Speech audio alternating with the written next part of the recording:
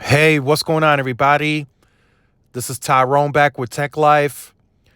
And in this video, I have a Verizon network update for you guys out of El Paso, Texas. So for those of you who are new to the channel, El Paso is one of the early clearance markets for C-band. So outside of the 46 PEAs, a lot of those markets will have to wait until December 2023 to either gain clearance to actually be able to turn on C-band or to gain clearance for the additional bandwidth.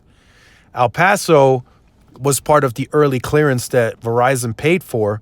There are some other markets that are going to clear early as well, like Tucson and a few others.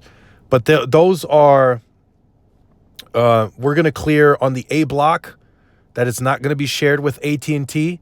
So we're going to launch with 100 megahertz in this market, and those other markets like Denver, Atlanta, those are going to clear with 100 megahertz as well. But of course, like anything else, it has to be deployed. It's got to be put on the site. So they have to materially scale this deployment out of capital. So they got to deploy new panels, they got to upgrade radios, or, whatever. Maybe the LTE equipment needs to be modernized, whatever the case. So in this case, they did upgrade the top rack, as you can tell. And in this case, we do have another mixture of the 8863 C-band radio, and then the 6449 Rev A has been deployed on this site. So on this site, actually only one sector got the 8863 and the two other sectors got the 6449 Rev A. So still a mixture, so not the entire site getting massive MIMO, but in this case, only one sector got the 8863. But I'm still seeing mixtures on other sites now too. So it's not the entire site getting the 8863 anymore. At least on one site, I have seen that where the entire site, all three sectors got the 8863 C-band radio. But on some sites, they're doing two sectors that get the 8863. And in this case, only one sector got the 8863. But it still got the 8863 nonetheless. Will they in the future potentially ever go back to these sites and upgrade them to the 6449 or the 6419? That I could see that happening.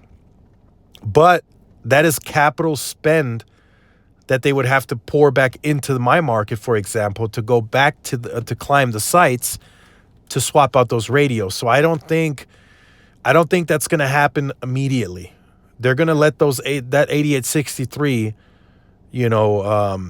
become outdated, so to speak. They're going to wait until they get their money's worth, because they paid for that. They may have not paid as much as the 6449, but they still put money into that to have to put it up on the site, the tower crew, etc. So they're gonna get their money's worth out of that 8863. So I don't see them let's just say, for example, in the next 6 months they come back and swap it out. I don't see that. There's just too much bandwidth still on that site. Now it's not gonna have the same features as the massive MIMO, but it can still do up to 200 megahertz of bandwidth. So they're gonna leave this, I say, at least 2 to 3 years before they swap it out for massive MIMO or whatever else is available at that time. So leave all your comments in the comment section down below. Just wanted to make this video moving at a solid pace. It's nothing like groundbreaking for Verizon. They are still spending. I've been going back and forth to these sites. They still spend more than a week at the site. So some sites they have to paint. Other sites they have to completely rip and replace, including the BBU. So they got a lot of work left to do in this market to get to a respectable percentage of sites having C-band.